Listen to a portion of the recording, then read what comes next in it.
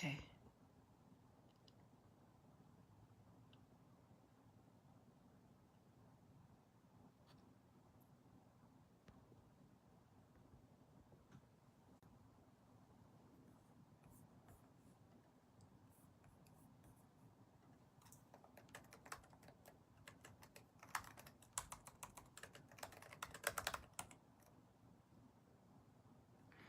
Can you hear me? Let me see.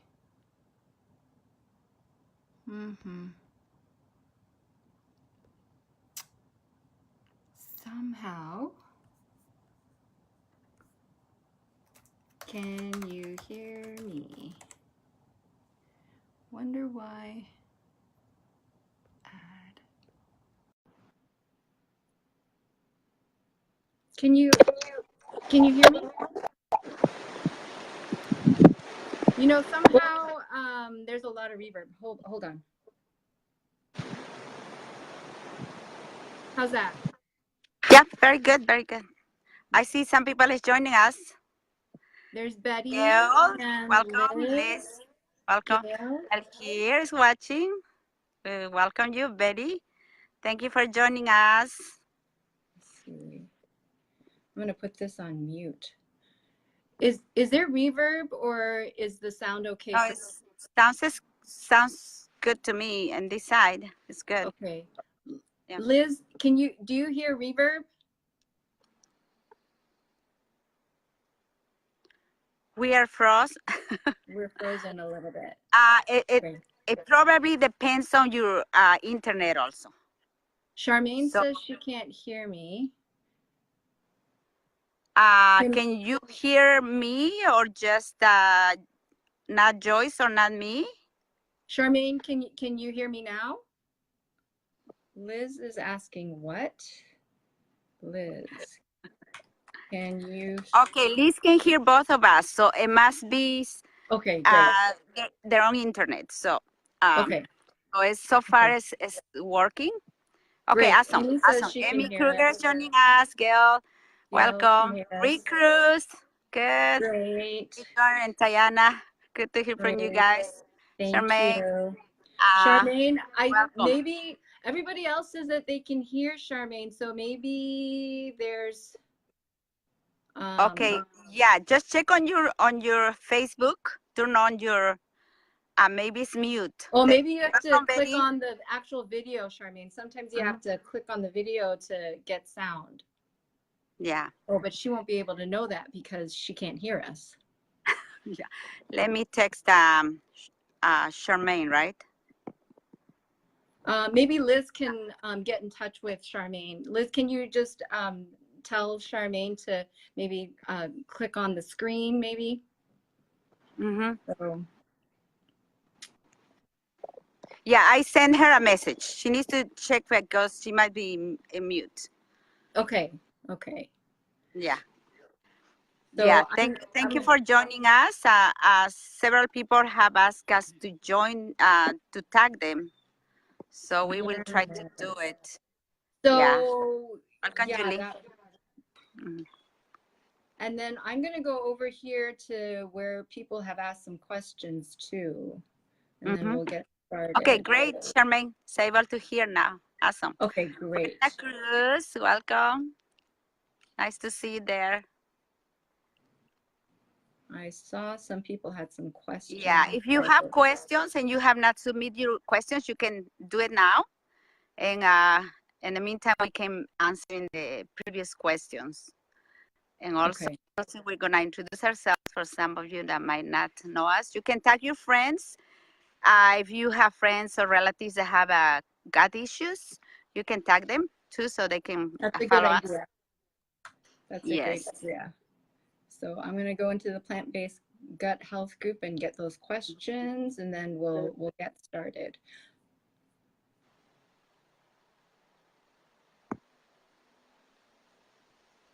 I saw some questions, but I'm having a hard time finding them. Okay, I see them here.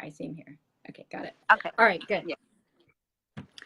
Okay, so you know, it is 5:36, so we should get started, okay?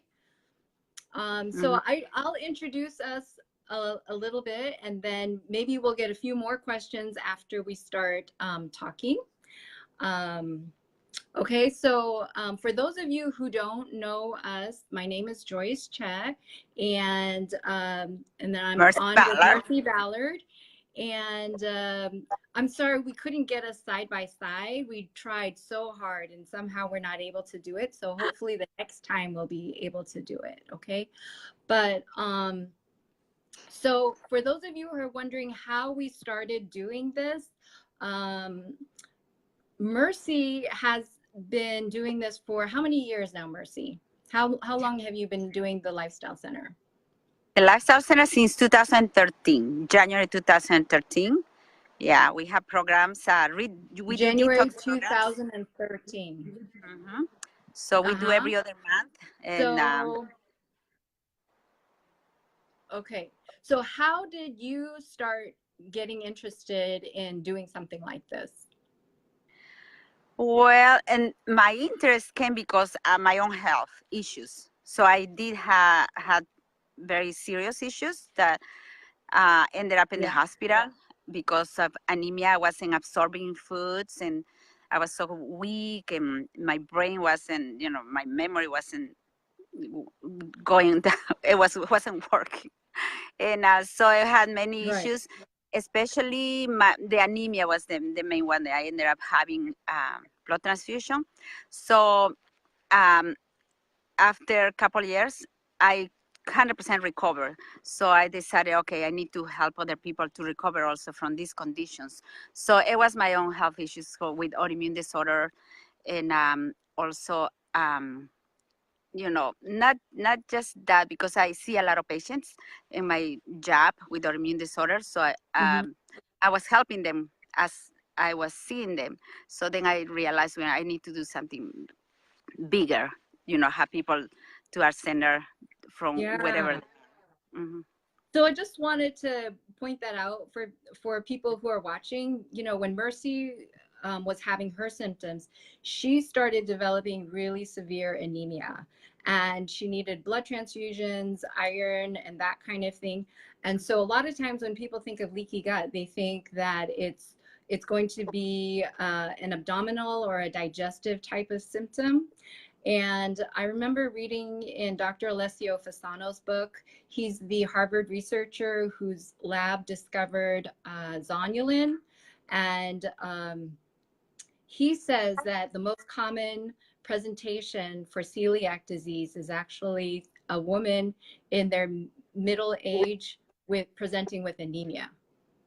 So that's a really interesting thing, that I don't think that many people are aware of, that leaky gut presents outside of the digestive system a lot of times. And I know for me, that's how it presents as well. I didn't know I had digestive issues. I had weakness, and I had severe pain, muscle pain, and then more joint pain later on, and that kind of thing. And so I don't know what other people here are struggling with, or how they knew that they had a problem, where their symptoms were, but if you have an autoimmune condition, you have leaky gut. That's part of the diagnosis. I mean, it's just part of what happens. And that is going to end up in digestive problems, right? Absorption and yeah, not just the iron, but can be many other components. Many other things. And so the way that we both got interested in doing this was because we had our own issues. And there were so much pressure out there for us to adopt a paleo type of lifestyle. And we really wanted to research for ourselves, why so many people with plant-based diets were having health problems. It's a curious thing, right?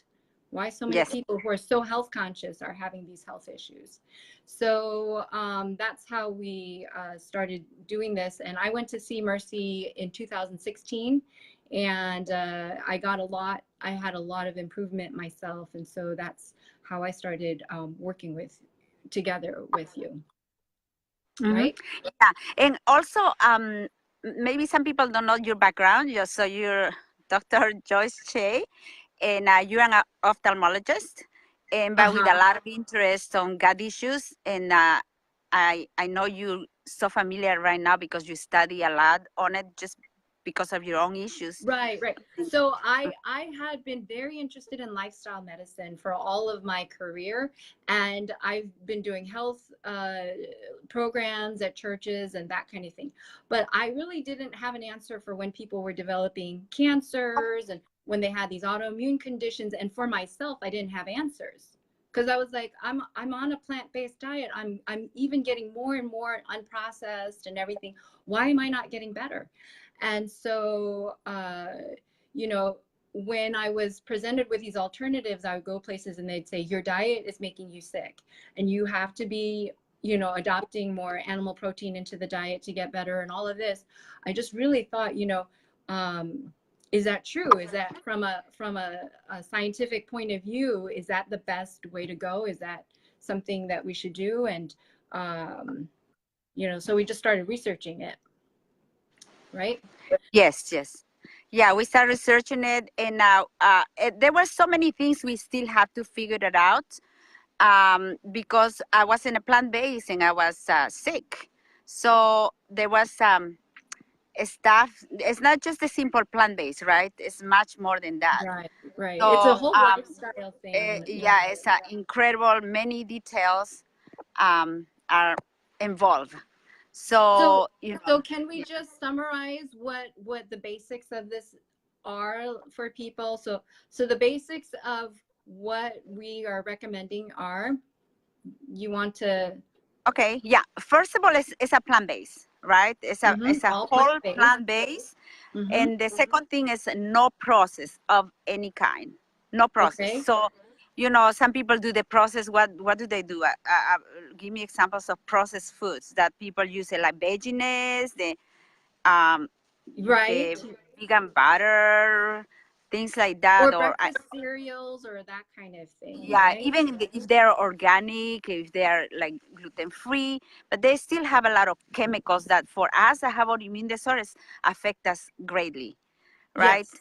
Yeah. So that's another thing, no process. So we had to prepare everything from scratch, right? So that's why we had to do a book because there is so much involved in telling people. So for us just to do a menu with specific things for a whole meal, it was just much easier for people, because if we just explain what to do, what not to do, but it's not in a plan that is made it practical, it was very complicated. So you're just trying to say that for the book, instead of just having recipes, we have a 1 week meal plan so that what they can see what a complete breakfast looks like, what a complete lunch looks like for 7 days. And then we have additional recipes that they can implement as well. But at least you have a meal plan to tell you, like, this is what a meal looks like. And so I do think that that is very helpful. In the beginning, when I was, you know, trying to sort through all this, I just thought, this is really complicated. How are we going to do this? You know, but as people have been looking at the book, we have the launch team looking at the book, and we've gotten a lot of good feedback. People are really, they feel like that aspect of it is very helpful. So that's good. So you said that this is non-processed. I know that when after I went to Years Restored, I came home and I threw out my, oh yeah, Janice said, thank you. I love the meal plan. So yeah, so we're getting a lot of good feedback about that. And Adriana said that too. Oh, thanks for that feedback. Thank you. So, okay, so this is the other thing that I did when I came back from Years Restored. I threw out all of my canned goods because, like, up until that point, I was eating very whole foods and everything, but I would get canned beans and all of that. And you might think that I'm going a little bit overboard with this, but you know, when you're getting canned goods, there's a lot of BPA that you're being exposed to, right? And they're not soaking their beans before they process them, and so you're getting high lectins, so it's not being processed the right way. And Mercy has been finding out, even just with helping her granddaughter who has leaky gut as well, that it makes a huge difference to sprout your beans even. So like we used to just soak the beans, and now we're realizing it helps even more if you go the extra mile and you soak and then you sprout for a couple of days. So for people, especially that have been dealing with health issues for several years, like we deal with people even 30 years, 15 years, 17 years. So we had to go the extra mile. So it's not mine just is like 20 years. Yeah. 20 years. So it's not soaking. It's good. You're going to improve a little, but not going to take you that far. So well, the sprouting you will. had some people do well with soaking. So, but they're going to really Most of accelerate. people do, but people that have been sick for so long, they do have to do that. And I think it's good practice for everybody if we have the time and we have the will to do it. I think it's a good practice because it's gonna change their health for in a short time. Yeah, it doesn't take that long. That's the thing that you have to be encouraged by, is that the microbiome can change so quickly. It can change in a matter of days. And so, I felt like within 3 days of being in the detox program at Years Restored, I felt better. Like I didn't have the pain, right? But it took me years for the malabsorption to improve, right? So it's still a long journey. You're going to feel so much better. You're going to be able to do so much, but yeah. So there's some questions coming up, so maybe we should start answering. Let's do the questions. Okay. Okay, so I see here Daniela writes, how many times a day should we eat? Standard nutrition recommends up to 6 times a day. So so that's a good question. But that was a good question, because when you eat so many times a day, you're not allowing the digestive system to rest, right?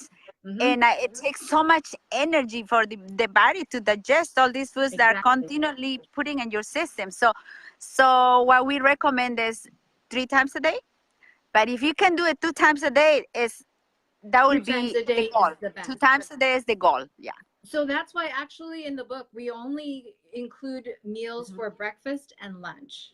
And then what are you doing for the dinner meal? The dinner meal, you either will cook an onion broth and just drink the clear broth itself, or you might just fast totally. And then what that gives you, I don't know if anybody's heard of intermittent fasting. And that's where, this way of eating where people eat within like an 8-hour period of time, and then for 16 hours they let the body rest. And that rest is so vital for our bodies to have the resources to heal, because every time you eat, it takes a lot of energy for your body to have to digest. And so that's why, especially now, if you go to a fasting center, they will tell you it doesn't matter what time you eat. So you can eat lunch and dinner and then go to sleep, and they're okay with that. But we know better. I'm not, saying that, but we know that if you eat earlier and you eat like breakfast and lunch, and then you give yourself time so that you clear out your gut, and then at night you don't have anything in your system when you're sleeping, that's going to be even better to do that intermittent fasting, because then your digestive system has time to rest with the rest of your body. So I think it's better to eat breakfast, lunch, and then fast for the rest of the time if you're trying to get the optimal benefits of it. What do you think, Mercy? Yes, definitely. So we seen a big difference, from eating even 3 meals to 2 meals. Exactly. So, but we're not going to be hungry at all because the meals are really good meals. So we said breakfast is like a king, right? Yes. And then we said lunch like a princess, right? So, well, there are some men. Princess. So dinner, you barely. But if you have to eat, you can eat something very simple. Very simple. But earlier, not late. Yeah. So I do my breakfast at 9 and lunch at 3. Well, it depends on your work also. have to adjust. So in general, it takes about 4 hours for you to clear out the digestive system after eating. And so that extra hour gives your body a rest too. So like to wait about 5 hours, depends on the complexity of each meal, right? But these meals that we have in the meal plan, they're pretty, they're pretty substantial. So a good 5 hours would be good.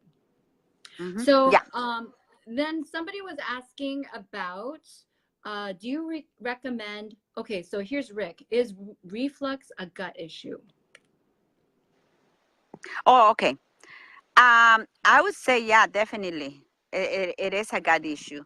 It's gonna be, if you have an inflammation, it's many, there's many issues there, right, with the reflex. It could be related to H. pylori infection, right? Or it can be related to the sphincter on the stomach that's open, it's not closing.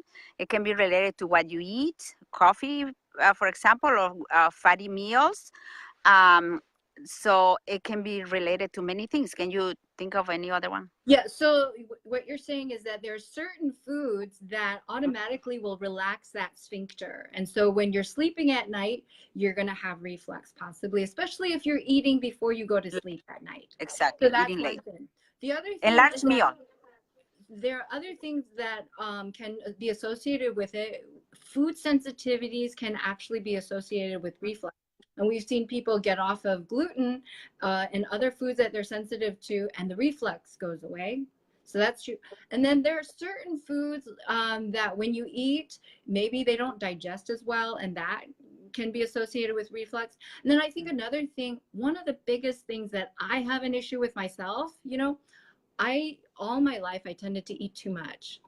And this issue of overeating, I think a lot of people might be able to understand. And so that is going to also cause issues with reflux. And so there are a number of things to do. Things that you can do to improve things is to sleep on an incline, to not eat before you go to sleep, to do that intermittent fasting where you're eating just breakfast and lunch, and then you're fasting that dinner meal. And then to check for food sensitivities, to get rid of the foods that we're most likely to be sensitive to, and not eating those foods that are associated with relaxing the sphincter, like chocolate and coffee and that kind of thing. Okay. So I hope that was helpful. And then Jenna asked, do you recommend long juice fasts to help heal the gut? Long as in 1 to 3 months. Oh, well, I don't feel that it's necessary to fast that long. It's been good for a lot of people, but I don't feel that's necessary, especially when people are not absorbing foods and going to this long fasting. It might be detrimental, especially if you're not, retaining all these foods that are necessary for your recovery. So, 5 days will be okay. 10 days will be okay. We do 5 days fast with liquids, and people do very good. But a long term, especially if you have your weight is very low, so it might not be a good idea for some people. Yeah, I think that's key, is that it depends on who is doing it and what you're doing it for. Because I know that when I went to Years Restored, and the first 5 days you're not eating, you're just drinking these poultice types of drinks with charcoal and clay and these and you'll do some juicing. It's not like you're juicing all throughout the day as for some programs out there. And I found that to be very, very healing for myself. I actually went to a place where they just do pure water fast. And I did one for 7 days with, you're supposed to, however long you fast the water fast, you're supposed to break back into food, take about half the time. So it was like 7 days of a fast with 3.5 days to break back into food. And that was really hard on my system. So it kind of depends. I was just on the borderline of people that they would allow to fast because I was so thin already. While I was there, I did meet some people who they were healing from. People who do water fast or people who have tried other things and it's not working for them. So there was a lady who had done like a 30-day water fast 3 times in 1 year for her Parkinson's. And she did go into remission. And people with diabetes, especially if they're heavier and that kind of thing, they can tolerate a longer fast, and it might be very helpful for them, especially if you've tried all these other things and it's not working for you.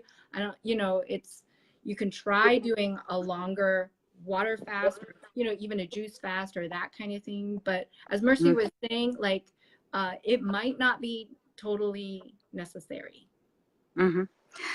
Okay, so do we have another question? We're gonna be doing this till about 6:15. And so we're gonna try to answer the other question. Someone was asking if we do on the Instapot, if we do pressure cook or slow cook mode. Okay, we like to do Mercy, you're cutting in and out a little bit. So did you go somewhere that you're you know, I might Mercy? I have to apologize to people. What?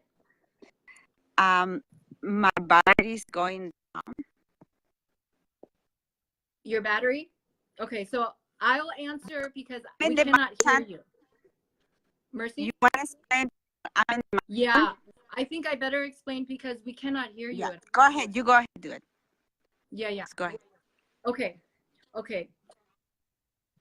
All right. So, as far as the question about pressure cooking or using the slow cook mode, there's just one study, and it's just one study that talks about pressure cooking. And according to the results of this one study, they found that pressure cooking actually caused the body to send some of its immune response resources to help with digesting the food. So it caused an inflammatory response with pressure cooking. And so that, and, you know, I don't know if there's any other research out there that causes some of us who believe this way to do this, but we don't use the pressure cooking mode. We just use the slow cooking mode. There's just a little bit of, I think some of us think it might cause more inflammation to use the pressure cooking mode. So we don't do that. And then someone was asking, is it best, this is Amy Kruger's asking, is it best to use all sprouted flours, or can I also use tapioca and sorghum? Mercy, I don't know if we can hear you. Can you try? Can you hear me now? Can you hear me? I can hear you now. Okay. It's a little bit. Okay, sorghum. Okay, the thing is, in our book, we explain that we only do pseudo grains, right? We don't do grains just for a short time till all the symptoms of leaky gut are resolved. And then we introduce the grains, right? So sorghum is a grain. So we wait 2 to 4 months to introduce the sorghum. Okay. Sorghum is very good grain, and usually people don't have issues with it. So they can introduce that after the leaky gut is solved. So okay, so let me explain, because you're cutting in and out a little bit there. Okay. So Mercy was saying that for the first few months while you're trying to heal and you have leaky gut, that we would cut out things like grains and nuts, just because they tend to be more difficult to digest and a little harder in the system. And I'm not sure if it's because of the glyphosate that's being sprayed on some of these things, or I know that there is some mold issues with, you know, when they harvest the grain and then they store it. And those of us with leaky gut, especially, we cannot tolerate even yeast, you know what I mean?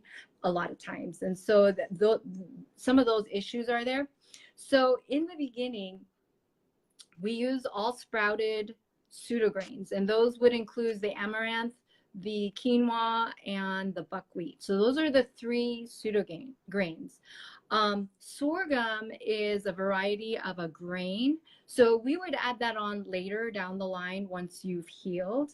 And the thing about sorghum is that that is one particular grain that you probably don't want to sprout. You probably just want to soak it overnight and not sprout it, because apparently it has some issues with mold development if you sprout it. Mercy, now you're there. Can you comment on that?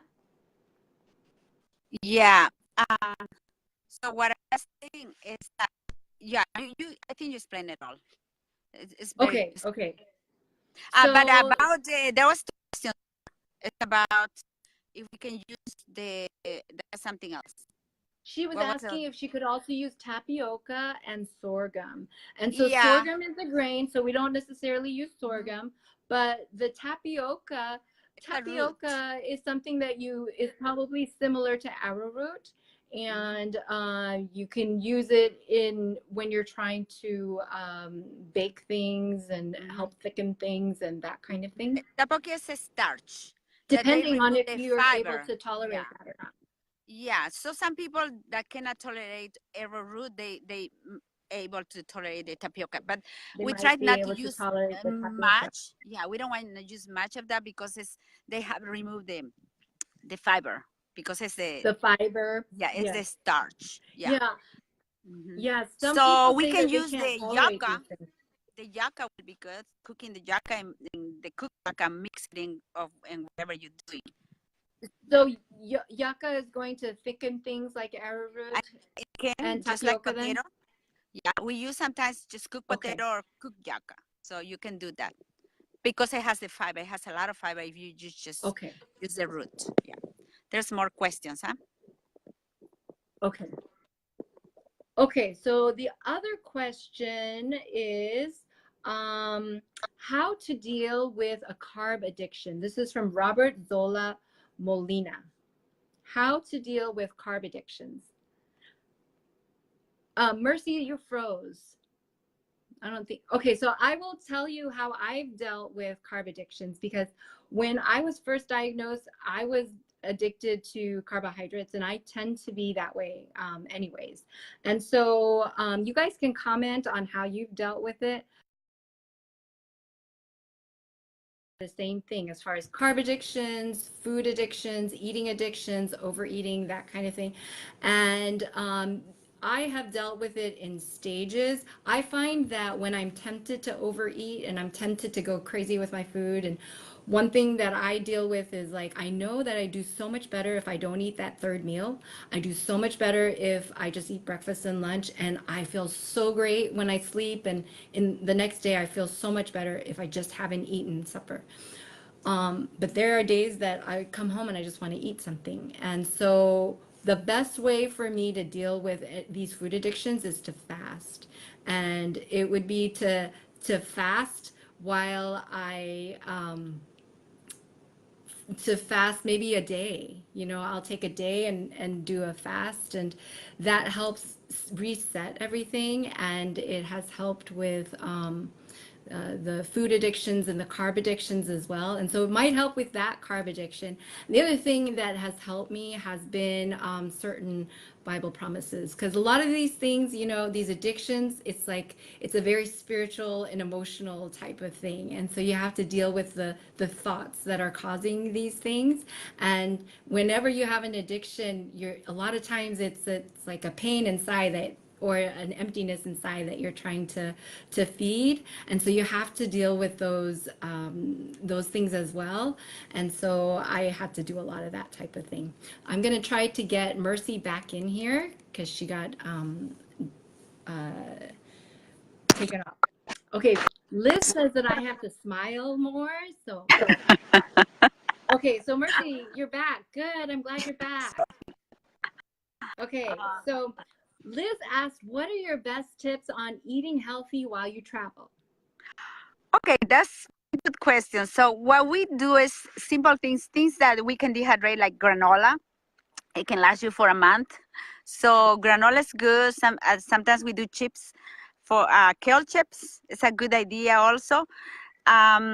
Another thing I do, I make crackers ahead, I make bread ahead, I make butter ahead. So I have a small bag full of food. So my carry-on bag is gonna be full of food, and then I have my other bag that I send it, for the airplane. Yeah. Take by my carry-on. So it's really nice when you. It's really nice when you travel with someone like Mercy, because Mercy will take care of like a lot of the the prepared foods. She'll bring all that stuff, and she'll even bring like a little slow cooker type of thing. And I've traveled with a little crock pot myself too, you know. But what we'll do is that when we travel together, she'll bring some of this ready-made stuff, and then I'll go get all the fresh food, and we will, you know, then share together like that. If you have to do all your own food when you're traveling, sometimes I will just think of it like, okay, my dinner meal, I'm going to fast. And then for breakfast, I will have some, you know, I have dehydrated buckwheat. So if you don't have the time to make the granola and that kind of thing, at least you can dehydrate the buckwheat and eat that with some dehydrated soaked sunflower seeds with dried fruits or something like that. And it's also a good idea, the little blender, right? And then we take just shredded coconut and just mix it with water and blend it. So that's another tip. Yeah. So I don't feel deprived even when I'm traveling because I bring my food. Yeah. So these are the things that we've brought on trips. We've brought the buckwheat waffles. We've brought flatbread. We've brought beans, legumes that we will cook in a slow cooker overnight. Then we'll stop at a grocery store and get some of the other foods, like we'll maybe get some berries and that, like avocados, but if not, then I'll go purchase those as well. And so yeah, you can make a lot of this stuff, and even some of the foods that Mercy was recommending, like the kale chips and that kind of thing, we can make those. We have recipes for those in the book, and it's not too hard to make them, and then just to store them, and then you can take them wherever you need to go. Betty is asking, I've read about some concerns about eating raw buckwheat. What are your thoughts on this? Okay, you know, I wondered about that myself. Now, the pseudo grains, they're seeds actually, and so I guess we're thinking that they might be in the same category as some of these other seeds that we've been eating that are more fatty, like sunflower seeds and pumpkin seeds. And I could be wrong about that, you know, so if you could send me that information, I'd be very interested in it. So what we've been doing is that we soak and then we sprout the buckwheat, and then we use it in our recipes.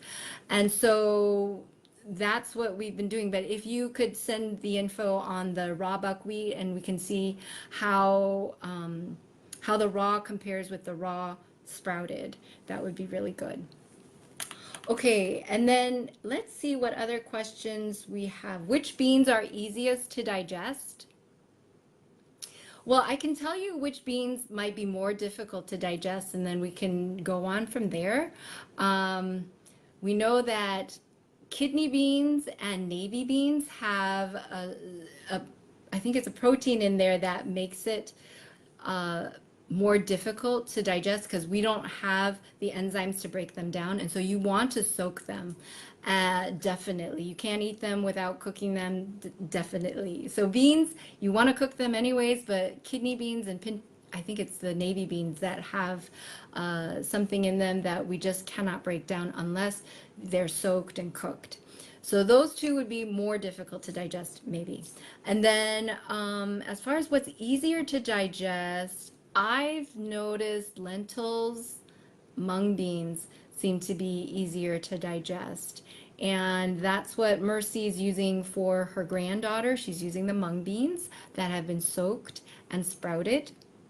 And the lentils, I'll tell you, the beans that sprout really well are garbanzos, lentils. Mung beans, I noticed that they're sprouting like maybe 50%, but it seems like the garbanzos and the lentils, they sprout really easily. And at least in my case, they seem to be pretty well tolerated. And then maybe the other beans are in between, you know. Wilson asking, this information is so helpful. Do you also share this information in the cookbook? a lot of this information we share in the cookbook. And so the front part of the cookbook is all, you know, why we do what we do and the science of that and everything like that. And we do have over 50 references, scientific references that, to help support this, that you can look up and read more about it.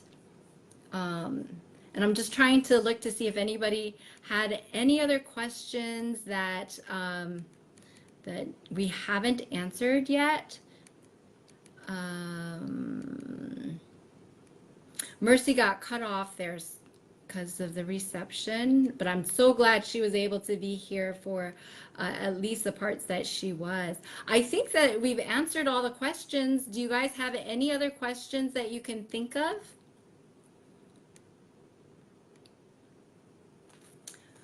Well, if that's all the questions that we've had, I'll show you the book that we have so far. So this is the book, and the beginning part of the book, it's all just the science of it. There's like a few charts on how to prepare the food, and then the beginning part of the recipes, it's in meal plan format. So let me just show you. So this is the day one, the buckwheat waffles, and the smoothie. There's a carob mousse and that kind of thing. So you can see like the beginning part, it's the actual meal plan, day 1, day 2, day 3, and so on. And then after that, it's more recipes. Let's see. Marissa asked, do you have a detox plan in the cookbook? Okay, we don't have the detox plan in the cookbook. But what we would like to do at some point, I don't know if this is going to actually work, and I was thinking, what if we did like a virtual detox? Like, what if we took like Thursday, Friday, Saturday, and did like a 3-day detox and did it virtually. The only thing, because people say, you know, they can't go to Mercy's place, or they can't afford it or whatever. So I was thinking, what if we were to like let you stay at home and do it? The only thing is that if you're with your family, if you have all this other work stuff going on, you might not stick with it. So that's the only thing. But let me know what you think of that idea. If we were to do like everyone, let's do like a 3-day detox type of thing. So that's the one thing I was thinking of. Or we could, I don't know, we're trying to think of how to do it. Like maybe we would have like an online course on how to do a detox or something like that. The detox is not in the book. But that's you know, we need to do have a conversation about that. Adriana says, I get dizzy in the evening if I do not eat. I'm allergic to onions, so I cannot do onion broth. What can I eat in the evening to avoid dizziness? Now, something that's easy to digest, and so everybody, that might be a little different, but I do pretty well with just like berries, and you know, if you were to toast a small piece of bread, you know, one of these flatbreads, or I do the buckwheat crackers or something like that, but that's a little too heavy for me. I do better just with fruit, actually. I don't need to eat, actually. So I'm like on the other end of the spectrum. So that, I'm trying to think what other broths you can do, maybe like a potato broth or something like that. Mercy might have some other recommendations. And Mercy, feel free to type in if you have another recommendation for Adriana about what she can have in the evening to help her get through till the next day. And Pat and Jana says that I've made day 7 and the whole family loved the meal. Oh, that's awesome. That's the potato fiesta thing. Yeah, that's a real popular one. And Rick asked, what about knowing how to make the detox drinks? Yeah, we should do something like that. I'll talk with Mercy about learning how to make those detox drinks. That would be good. That's a good one. That's our next thing. Maybe we have some ideas on what we need to tackle next. Jana says potassium broth is delicious and filling. So yeah, that's true. Potassium broth is basically, it's a vegetable broth. So you would just have the vegetables that you can eat maybe, and slow cook them for a while, and then you can use that broth. Um, and pseudograins and fruits are good for dinner if needed. That's what Mercy says. And detox drinks would need training. Yeah, okay. So Mercy, you can see some of the comments that people are saying that they would be interested in doing some kind of virtual detox. So if you would be interested in a virtual detox, please comment, let us know, even in the group, if not on this thing, to let us know, because we just want to do things that people would actually spend the time to do. So that's what we want to do. Okay, well, it's 6:15, and we didn't want to go too much longer than 45 minutes because we don't want to tire people out. But we are planning to do another Facebook Live on, what is today, Sunday? I think we were thinking of doing it on Wednesday. So can you just let us know if you guys think that that would be good as well? So like, let us know about the virtual detox if you're interested in that. Comment on that if you're interested in another Facebook Live, if you found this to be helpful, and what other subjects you had questions about, whether it's the book or that kind of thing. Okay. But it was really great to have you all here, and thank you for all your feedback. Thank you for the launch people who have been giving us feedback, and yeah, it's all been very, very helpful for us. And yeah, we're hoping that this is going to help a lot of people. So Adriana says 8:30. Okay, so maybe around the same time, 5:30 Pacific Standard Time. So, yay! Some people are interested in doing a virtual detox. Yay! Yay! Great. A lot of people. Jana says she's interested in a virtual detox as well. I think it'd be fun. I think it'd be fun. But definitely we want to have enough people to do it. And so, yeah. I would really be interested in having a retreat sometime, like, have people come somewhere and we just have a retreat together on this type of thing. So someday we'll do stuff like that too, hopefully. Okay, everybody, have a great evening. Thank you for getting on here, and I just, I'm hoping that you're all going to be progressing on your health journey and getting better. That's what we want to hear. And thanks for all of your feedback. Thanks for being here tonight too. Okay.